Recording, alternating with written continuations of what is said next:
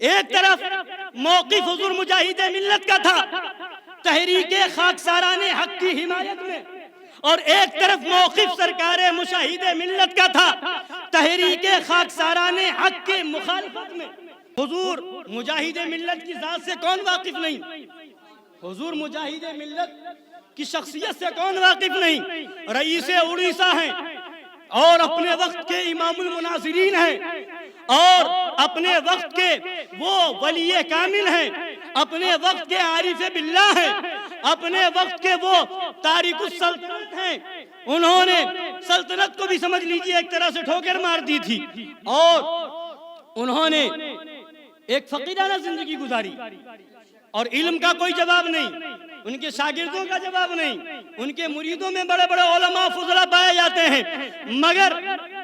خود سرکار مشاہد ملت نے کتاب تحریر فرمائی ہے اتحاد باطل کی بیخ کنی، سیف الفقیہ الباطل علی رغبت الاتحاد الباطل عربی نام ہے، اس کے اندر تحریر فرمایا جب یہ میٹر چل رہا تھا حضور مجاہد ملت نے ایک تحریک قائم کی تھی خاکساران حق، جس میں کافی لوگوں کو شامل کر دیا گیا تھا، غیر جماعت بھی لوگ شامل ہو گئے تھے۔ حضور مشاہد ملت نے وہیں فرماتے میں نے حضور مظہر اعلیٰ حضرت کے مزار کے پاس بیٹھ کر کے اس مسئلے پر حضور مجاہد ملت سے گفتگو کی، اور میں نے ساری باتیں جب رکھی اور میں نے جب سارے حالات سے کو سامنے رکھ کر کے گفتگو کی تو انہوں نے حضور مشاہد ملت اس تحریک کے خلاف تھے، مجاہد ملت اس تحریک کی حمایت میں تھے، مگر جب ساری باتیں اور حالات شریعت سارے تقاضے رکھے گئے، ایک طرف موقف حضور مجاہد ملت کا تھا تحریک خاکساران حق کی حمایت میں، اور ایک طرف موقف سرکار مشاہد ملت کا تھا تحریک خاکساران حق کی مخالفت میں، انہوں نے اپنا موقف بیان کیا۔ حضور مشاہد ملت نے دلائل و براہین سے اپنی بات رکھی، اپنا موقف سامنے رکھا، فرماتے تحریر موجود ہے حضور مجاہد ملت جیسی ذات وہ ذاتیں تھی جہاں انا کا نام نہیں تھا، وہ ذاتیں تھی جہاں نفسانیت نہیں تھی، وہ ذاتیں تھی جہاں صرف اور صرف نام و نمود کا جھگڑا نہیں تھا، صرف اور صرف کا نام کا جھگڑا ہی نہیں تھا، وہ جو کرتے تھے خلوص سے کرتے تھے، وہ جو کرتے تھے سنیت کی خاطر کرتے تھے، وہ جو کرتے تھے دین کی حمایت میں کیا کرتے تھے، ان کی فکر دینی ہوا کرتی تھی، وہ نفسانیت سے کافی دور ہوا کرتے تھے بزرگان دین۔ تو یہ نہیں کہ ہم نے موقف بنا لیا ہے تو یہی حق ہے۔ آج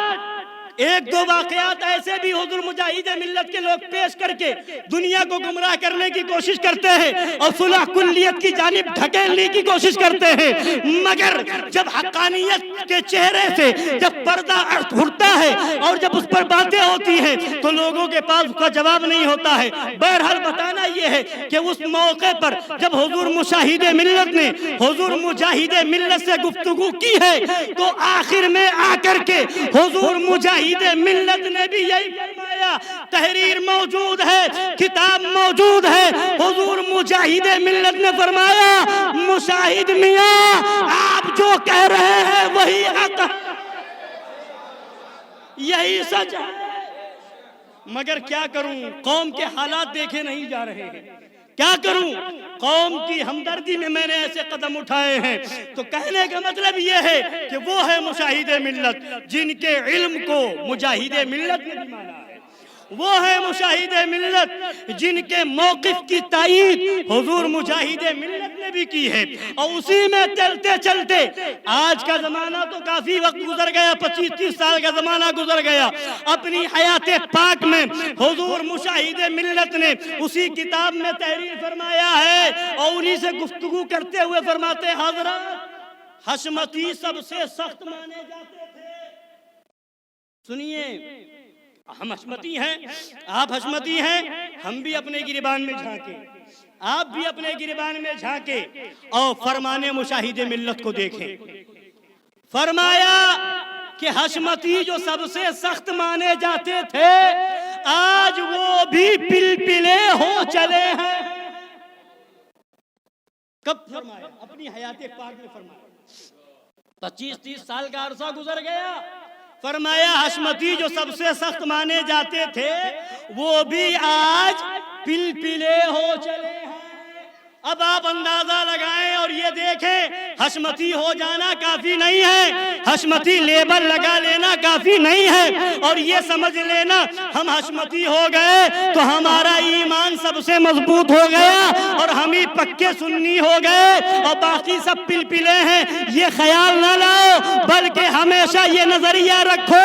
کہ جو بھی کسی سلسلے کا ہو، اگر واقعی شدت علی الکفار اس کے اندر ہے تو وہ کچھ بھی کسی سلسلے کا ہو ہمارا بھائی ہے، اور اگر پلپلا ہو جائے حشمتی لیبل لگا کر کے وہابیوں سے ملے، حشمتی لیبل لگا کر کے صلح کلیت کی طرف جائے، تو ایسے لاکھوں نام نہاد حشمتیوں کو ٹھوکر مار سکتے ہیں، مگر مسلک اعلیٰ حضرت کے خلاف سمجھوتا نہیں کر سکتے ہیں۔